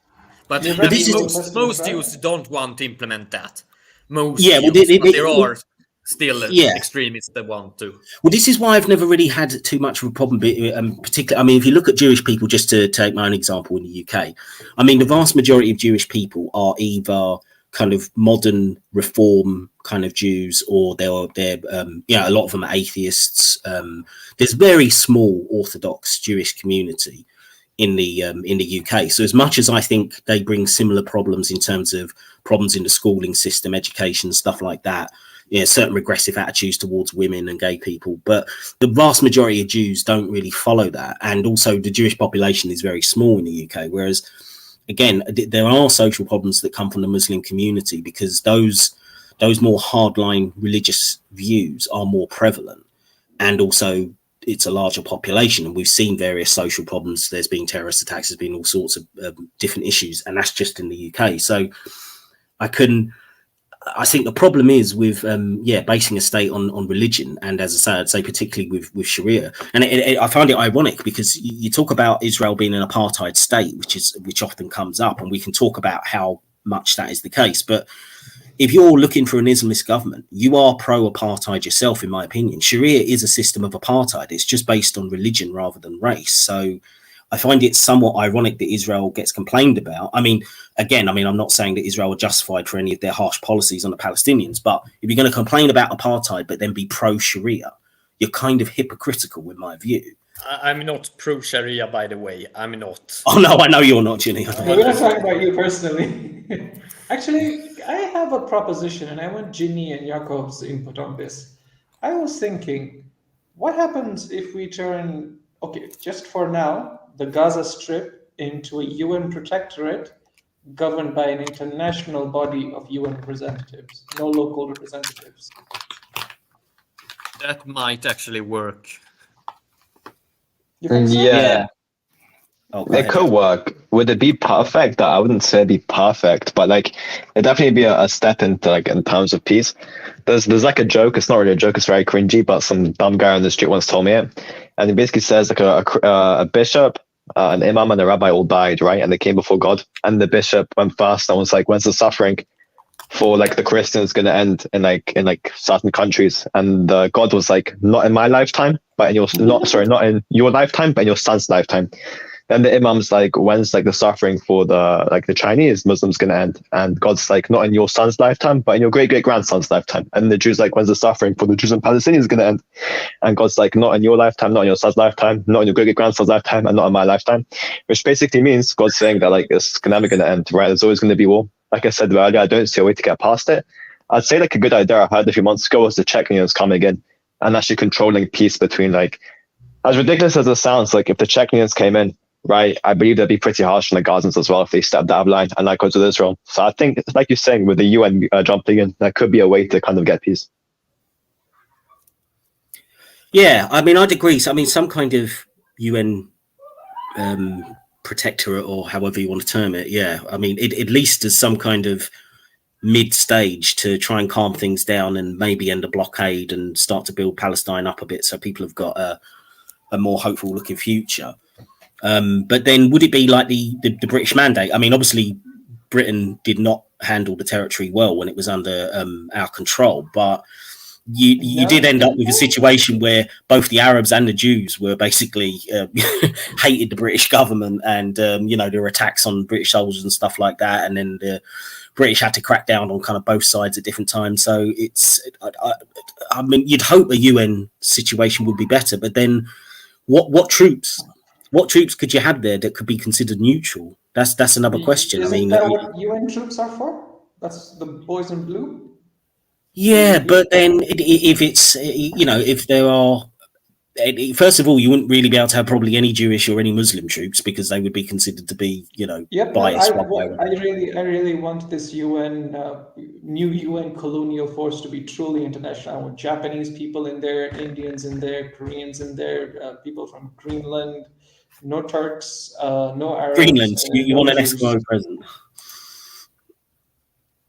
Yeah, I mean, I think it would be. I think it could work, but again, what would be the next step? I mean, do we really think that peace would be able to follow after that? I mean, this comes to the settlement argument. Well, look at the settlement argument. I mean, one of the big sticking points is Jerusalem, isn't it, in terms of being a capital? I've always thought, and I could be completely ignorant about this, but having kind of Jerusalem split and having the capital right next door of these two states, to me, just sounds insane. I I don't see how that could work. I mean, it'd be like dividing London up and saying, right, North London is going to be, I don't know, English, and then, you know, the French, let's say the French have invaded or something, and they're going to have the southern half, and we're going to live side by side as two different states. Birmingham is going drastic to be measures. There was one city that was like that when Israel was founded. Berlin. Oh. Well, yeah. I mean, that kind of my point, isn't it? I mean, the state of Berlin. I mean, you had everyone constantly trying to get out of East Berlin to get to West Berlin. You had essentially a communist quasi dictatorship, and I mean, it was pretty dictatorship. I mean, it was pretty much chaos for 40 years, wasn't it? Really, in Berlin. I mean, okay. I mean, you had the Berlin airlift. You had all sorts of shit going on. I mean, this is what I mean. To me, it just seems unrealistic to have that in a two-state solution, East Jerusalem being Palestinian and West Jerusalem being Jewish. I don't know. All right. I mean, Ginny, can you see that working at all? Something is. I mean, I can see it partially working as kind of like a Cold War situation. But this is what I'm saying though. This is supposed to be the permanent solution, isn't it? This is supposed to be the long-term solution, that East Jerusalem would form the capital of an independent Palestinian state. So you can't really use the Berlin thing because, you know, eventually the wall came down and Germany was reunited. So it was clearly only ever going to be a temporary step, even though it was there for more than 40 years. Well, about 40 years, wasn't it? So I just don't. How the fuck is that going to work long term? It's not. Nothing is good. There's no long-term two-state solution. It's going to have to be one state eventually. Well, I could see there being a Palestinian state, but quite frankly, the only way I could see it working would it to be on the West Bank. I can't see Gaza being part of it because then you've just got two separate. It has to be contiguous. I can't see how you're going to have. We can even ignore Israel-Palestine as an example. Pakistan will eventually stop existing. And either North or South Korea, one of them is going to go.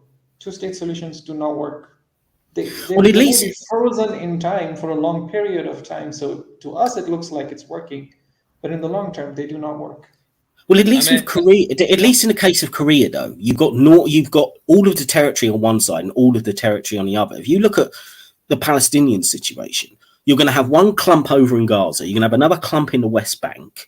You can have a free-state solution with, you know, the West Bank and Gaza becoming their own entities. I mean, you have smaller states in Europe than Gaza. True. You have all of these, you know, small states like Andorra, San Marino, and yeah, but they're all contiguous though, Ginny. They like Andorra and San Marino. But didn't you hear what I said? I said split it up into two. I did. But is that realistic though? Because aren't Palestinians all going to want to be in one state? Maybe, but I mean, I'm just spitballing right now. You want to make it like a Bangladesh situation? Yeah, that's possible. Welcome to Perfect Darwa. Welcome on the panel, sir. Yes, hello. How are you?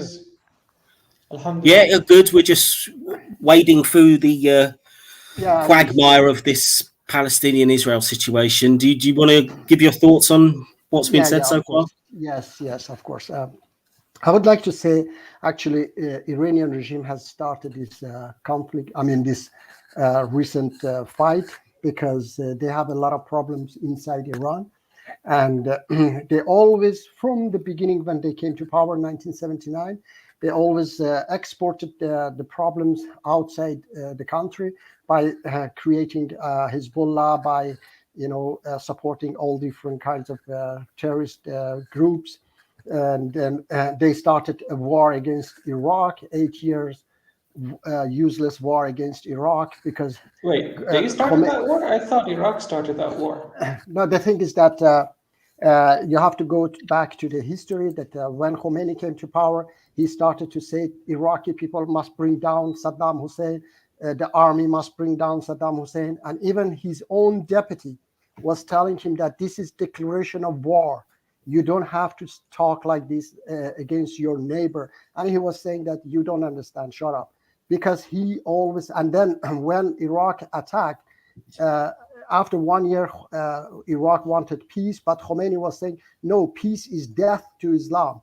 War is a blessing, because war is always a blessing for dictators. So hardliners, they always seek, even Joseph Goebbels, Hitler's propaganda minister, he said that if you cannot deal with the country's problems, then export it outside to create enemies, foreign and domestic enemies. Even if you don't have, you just have to create it. So Khomeini from the beginning was saying down with America, down with UK, down with everywhere in the world, because he always survived on problems and conflicts. So the government has always been doing it, and they support Hamas. They give them over $150 million a year, and they decide for Hamas when Hamas has to attack. And even somebody was saying that even Russia has been involved in this attack, because Hamas couldn't have known all this information from where they have to go in, and then all these things. So because I think those claims are overblown. Yeah, I've also heard about a video showing someone speaking Russian in Gaza, but that is just. Yeah, but because they also won on this, now all the concentration from even president of Ukraine said that Russia is behind, because now everybody concentrating on Israel fight. They don't concentrate on Ukraine problem and so Ukraine has their own agenda too. I know. Well, perfect. Anyway. I mean, hang on a second. I mean, I agree, and we haven't talked about Iran, so it's good that you brought it up. I mean, there are a lot of regional players in this as well, but and it is certainly true that they do fund Hamas. But you're almost talking as if Hamas is just a subordinate, that they don't have their own agenda, that they don't decide anything themselves. I don't think, they are still doing things, I think, probably on their own timetable. I don't think that just because you get support from someone doesn't mean that they are calling all the shots. And particularly, go ahead. I have to tell you this. I'm supporting the biggest organization against the Iranian regime, and they have perfect. I know. Sorry. I'm going to interrupt you there, and I'd rather you not start talking about your organization. No, I'm just going to say. No, I'm going to. I know, but you've been on my channel before, and you talked in detail about it. So I'd rather we just stick to the topic, if you don't mind. I just want to say that any organization that gets support from a power, they have to, listen to them. Even in Syria, this Free Army, they also were getting support from different places, and they were following their, agenda. So that's why they didn't, succeed and so on. So Hamas, Hezbollah, they are only listening to Iranian regime, because everything they get is from Iranian regime. They are just there, PLO, for example. PLO absolutely has nothing to do with the Iranian regime, which is the biggest, fraction in. And somebody, even Mahdi Hassan, Mahdi Hassan, he's very famous. Even Mahdi Hassan was saying Hamas was created by Israel, because Israel wanted to put these radical Muslims against the secular PLO. And, they have been the extremist Israelis also have been winning from this, conflict, because as long as there is conflict there, they are not going to make this peace and give the land to Palestinians. They are eating up their land slowly by settlers. So all these extremists, they win. They have an agenda to win this, Well, look, I mean, I've heard this claim about Israel creating Hamas, and I think I've seen. Yes, there were. I think there were certain Israeli generals who said it's very useful to have Hamas because it kind of keeps the Palestinians divided, etc. But I mean, did they literally create them, or did they just find them a useful? Yeah, perhaps they helped. I don't know. I'm not so sure. Just I heard this. I never known that. I heard it from Mahdi Hassan and made sense for me. Okay, so how much they helped, but it is. I know that all these conflicts, is in favor of Iranian regime, in favor of those extremists in Israel who don't want to give, they want to kick out all Arabs or kill all of them in Israel. They say this is our land, everything is ours. So this is good for them. And the solution for me is that, first of all, to get rid of Iranian regime. As long as Iranian regime is there, there are conflicts in Iraq, in Yemen, in Lebanon. Yeah, I mean, I do agree. Obviously, Iran does have stakes in this, and they are playing their own agenda. I don't know that they are the most important factor here. I mean, you make it almost sound as if they're, the cause of. They do have fingers in this conflict, but they do.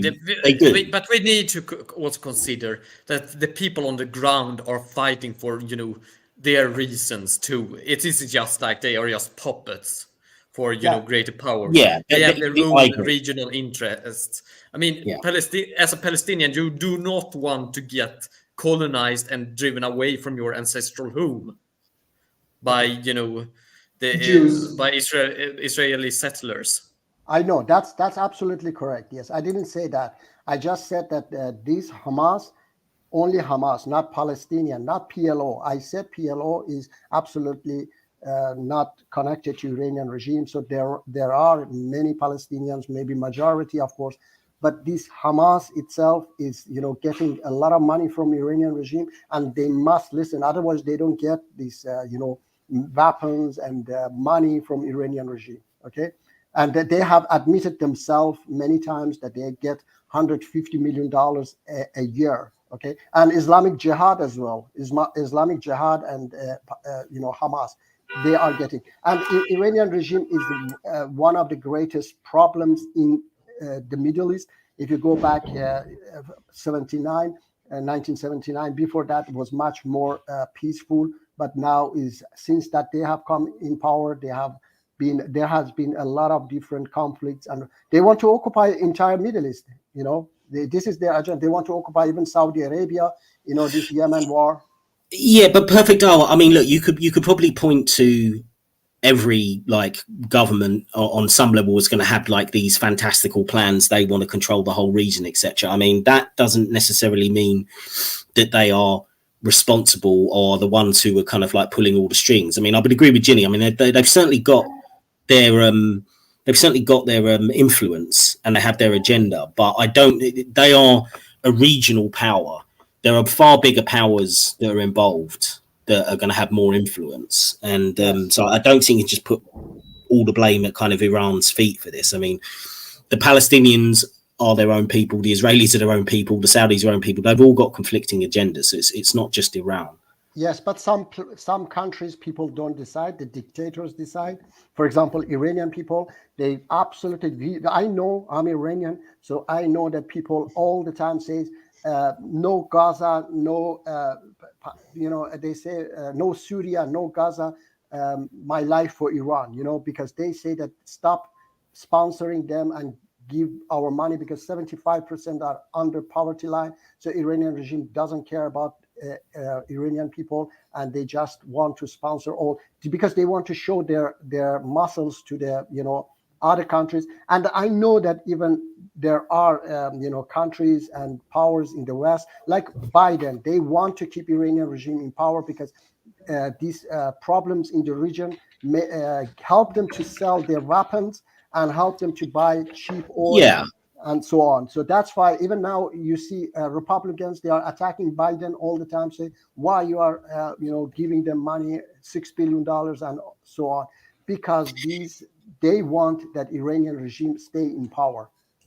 Yes. Yeah, I mean, I would agree to that to some extent, but I mean, again, you're looking, a lot of this is like alliances of convenience. I mean, for example, the Iranian regime is Shia, and so backing Sunni militants, I mean, that can only ever be a temporary situation in the first place, because the likes of Hamas aren't really going to look too favorably to Iran as a Shia state. I mean, they're going to accept funding because they really haven't got that many other options, but these are temporary alliances at best. Sorry, drastic.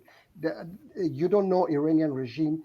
They are not Shia. They are not Muslim. They don't believe in anything. They supported Al-Qaeda. They blew up the biggest Shia shrine in Iran to blame the biggest opposition and the Sunni Muslims. Few years later, after Khatami came to power, they exposed that Iranian intelligence service was behind that blast, and then there was a deputy of Iranian minister of intelligence service. His name was Said Imami. You just can Google Said Imami. They caught him and killed him inside the jail so that the leader is not exposed. They don't believe in Islam at all. Just few weeks ago, the head of just let me tell you this: the head of morality, department in a province of Iran, they were having sex with each other, and these people, they kill you on the street if your hair is out. They don't. Yeah. I understand what you're saying, but I mean, Bruno put in the chat there. I don't think Iran is the number one factor behind this conflict. They supply and fund Hamas, but Pervdar is making it seem like Cyrus the Great himself is in charge of the Middle East. I mean, okay, that's a somewhat humorous way of saying it, but I mean, I agree with the sentiment that I think Iran is important. You can't factor them out of the equation, but they are not the major player here. I don't think they are part of the whole calamity, but I don't think they are as important as you're making out, in my opinion. Perfect. Okay. I mean, I know you have your kind of Iran is your thing, but there's a lot more going on than just Iran funding Hamas. Actually, let me tell you, if you check, Fox News as well, now all these Republicans, like former foreign minister, the Trump's foreign minister as well, they all come and say Iran is the source of all these problems. And I know as an Iranian, 44 years I've been fighting Iranian regime with my organization. We have said this in many years, and now they are saying the same thing because it is really the source of all problems in the Middle East. See, look, this is where I disagree. I mean, look, if you take Iran out of the picture, you're still going to have a conflict in Israel and Palestine. Yeah, but the conflict, yes, I understand, but the conflict will disappear if there is not a country that push the button all the time, say that no, it wouldn't. It wouldn't. Someone else would take over the button. The button would become more localized. It wouldn't solve the issue. It would solve the internal issues of Iran, but it wouldn't solve the outer issues of the Middle East in general. Okay, I hope that Iranian regime fall very soon, and see you in few years, and we will see. Okay, so I know that. Yes, Inshallah, the women of Iran will set Iran free. Yes, sorry. Inshallah, what? Inshallah, the women of Iran will set it free. Yes, of course. And our leader is a woman. Inshallah, we will bring them down. Especially now, the West. There is a big pressure on the West. Stop supporting the Iranian regime. Stop giving them funds, with especially the Biden administration. Stop giving them all these funds, billions of dollars. And, I hope they support Iranian people, instead Iranian regime. And we bring them down. We will settle democracy in Iran, and we will see what will happen in the Middle East. I promise you, Middle East will be very peaceful and great place. Well, I think you're incredibly optimistic there, Perfect Darwin. Yes. But let me just say, I've put the link in the chat again. There were 20 people in my poll who said that they actually wanted to join the panel when I proposed this live stream. We've only had a handful of people join, so anyone listening who wants to join the panel, please do. I've just put the link there, and come join us in chat. I wanted to push to another area. The situation when Israel was described as an apartheid state. Now, I'm not brilliant on this area, so maybe Ginny and Mohsin, you can come back in here. I mean, how true is it from what you guys know when this term apartheid state is used about Israel? I'm not sure it applies literally. I mean, you do have examples of it, but it's to varying degrees in various regions. Because on the West Bank, on the occupied areas, they do have a clear apartheid structure where people under the occupation are treated as being beneath everyone else, as having almost no rights. Also, for example, if they are killed by settlers, it is rarely investigated on several things like that. Then you also have certain Arab groups within Israel that are kind of being discriminated against, and then you have certain groups that are less discriminated against, because Arabs, believe it or not, in Palestine aren't one and the same thing. Everyone, they are different groups. Well, yeah, I mean, let's take this up, because from what I understand, those who are actually Israeli citizens, so the Israeli Arabs are subject to the same laws. But from what I understand, in practice, especially things around land and home purchases and stuff like that, they tend to have decisions go against them. So it seems to be, it's not an actual apartheid if you're Israeli Arab through the law, but the application of the law tends to be done disfavorably to them. That's as I understand it. I don't know. In practice, it's an apartheid. It's not de facto, but it's. Sorry. I just want to say I have to go. Thank you for. It's de facto, but not de jure. All right. Thank you, Perfect Doll. Thank you for your contribution. Yeah, have a nice day. Thank you. Take care. Take care. Right. Bye bye. Sorry, Ginny. Carry on.